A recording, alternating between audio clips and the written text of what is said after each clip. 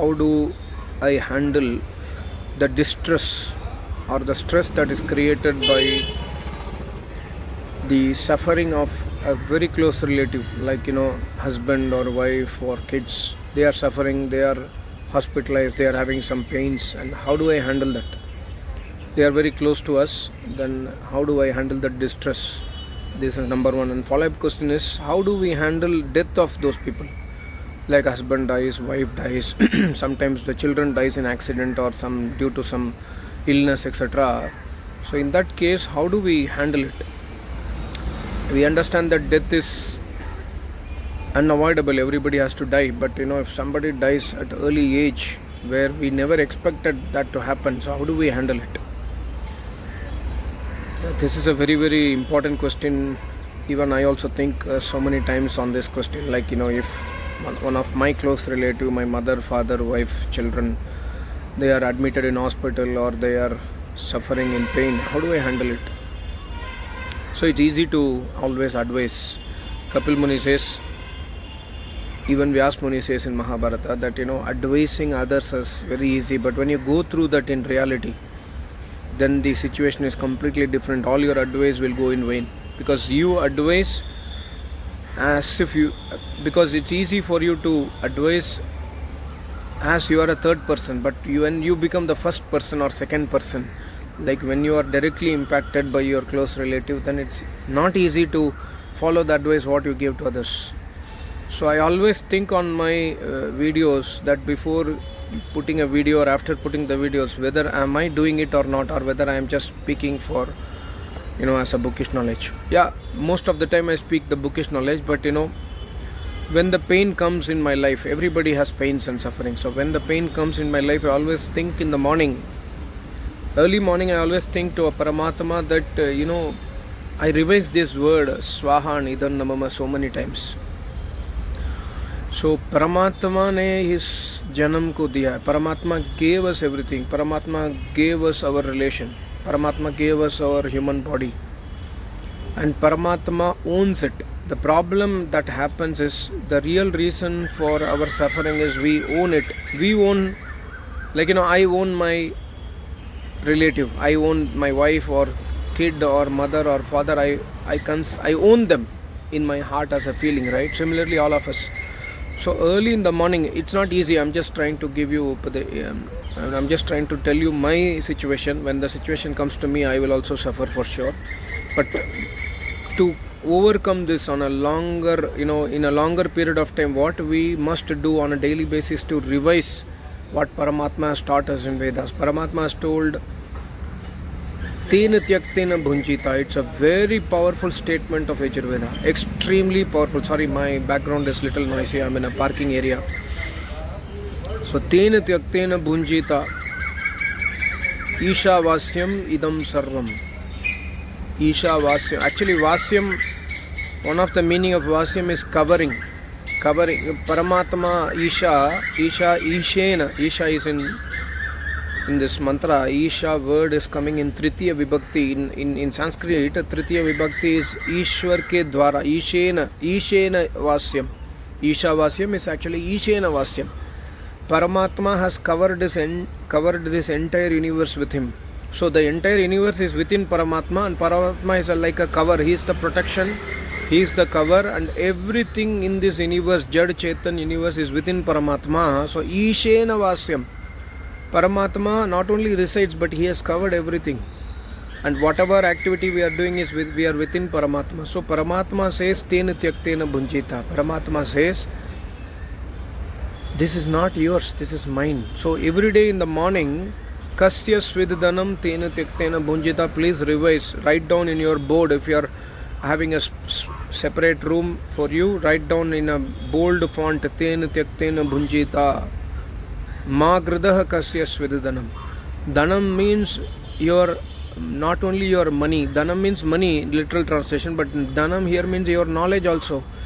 Your husband also, your wife also, your kid also, your mother also, your father also. Whatever property you possess, which you consider it to be yours, is not yours. It is Paramatma. So Tena Tyaktena Bhunjita. Because unless and otherwise we revise the knowledge again and again, we will we will always be in a position to easily give upadesh to others, but when it comes to us, we will fail ourselves. So I always do this revision, deeply think this revision on a daily basis. ये मेरा नहीं है, इसका मतलब क्या है? What is the meaning of this is not mine? When you deeply analyze this again and again and again, the meaning of this is not mine, you can go into in-depth philosophical understanding. I need not say to you, the moment you start analyzing this is not mine. That's why Vedas are called as Veda mantras. Mantras means to deeply think about each and every statement. So if Paramatma says Bunjita, upabhog karo, use whatever you have, usko use karo, but tena tyaktena. This is Paramatma's, this is not yours. Your wife, your kid, your husband, your parents, your in-laws, your property, your car, your bank balance is not yours, it is Paramatma's. When you stay in a rented house, you always know that this is not my house, right? So same bhavana you must bring in all the relationship. Yes, you must do your care and love from your heart, but the problem is all of us, we get attached. We get easily attached, but we never get attachment towards Paramatma. We never get complete attachment towards Paramatma and Acharya. We always get attached to all the materialistic things. I was listening to one Acharya statement. He was telling, Sadhya ko sadhan, sadhan ko sadhya mat banao. Sadhan means. Sadhan is not objective. Sadhan means the means to achieve the objective. The problem is the means to achieve objective has become objective in our life. Car is not objective. Car is a sadhan. If I have a car, many people have the aim that I have to buy a car. Buying a car is not objective. Using the car using the car effectively so that I can achieve my objective. What is my objective? I want to reach to office faster. I want to reach to home faster. Why? Because I can save my time so that I can dedicate my time to upasana. But the problem is we have, in a way, we have considered car as objective. We have considered paisa, money as objective. We have considered our relationship as objective. No, these are not objective. These are sadhans. These are means. Never the biggest problem for all of us, including me, is always considering the means to be objective. When you consider the means to be objective, we will get distress. Not only when our close relative is in hospital, but also are suffering. In all the other situations also we will get distress, we will get stress, we will get, for small things also we will get so much of stress. The reason is we are considering the sadhan to be sadhya. Sadhan is not sadhya. Paramatma, to achieve Paramatma is the sadhya, is the objective. All the other things we must use as sadhan. I'm telling these things, it's easy to do upadesh, but it's impossible or very, very difficult to follow it. So for us to follow it, we must try. You must have a very, very long, very deep hunger within yourself, so to come out of this stressful situation, to come out of the pain. Otherwise, we will never think on this. So if you really feel the pain, of losing someone, losing something, then think upon this statement, tena tyaktena bhunjita. And also one more important statement Paramatma says in the next mantra is Kuruvan karmani iha. Kuruvan karmani iha. In this sansar, you have come in this sansar, do Vedic nishkam shubh karma. So in any situation, whatever may be the situation, you must do your shubh karma in nishkam bhavana. That's it. Don't expect results. Give the results to Paramatma completely. Kuruman iha karman. And also one more meaning is do all your karmas towards moksha. Use your time and karma towards moksha. This is kuruvan neveha karman. Iha is in this body. Iha in this life, in this body. Paramatma says kuru, karam karo. But kaisa karam karo? Paramatma says do your deeds, but what type of deeds? Vedic, nishkam, shubh, karma.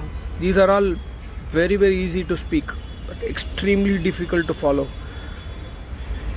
When you sit for meditation, if your mind is wavering to think about next step after meditation, then you are not at, or we are not at fully dedicated ourselves to Paramatma. The moment you sit on meditation, 6 o'clock or 5 o'clock in the morning, you sit for dhyan. The moment you sit, you think about the next step after meditation, then you are not dedicated to Paramatma. I am not dedicated to Paramatma if I do like this.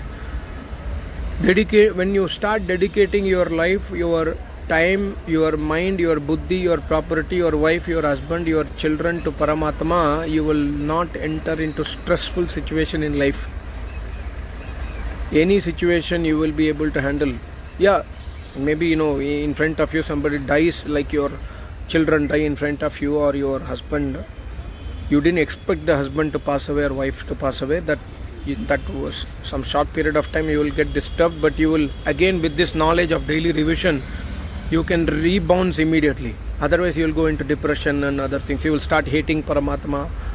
There is nothing to hate Paramatma. Never judge Paramatma and Acharya at any situation. So how to handle the stress of my closest relative suffering?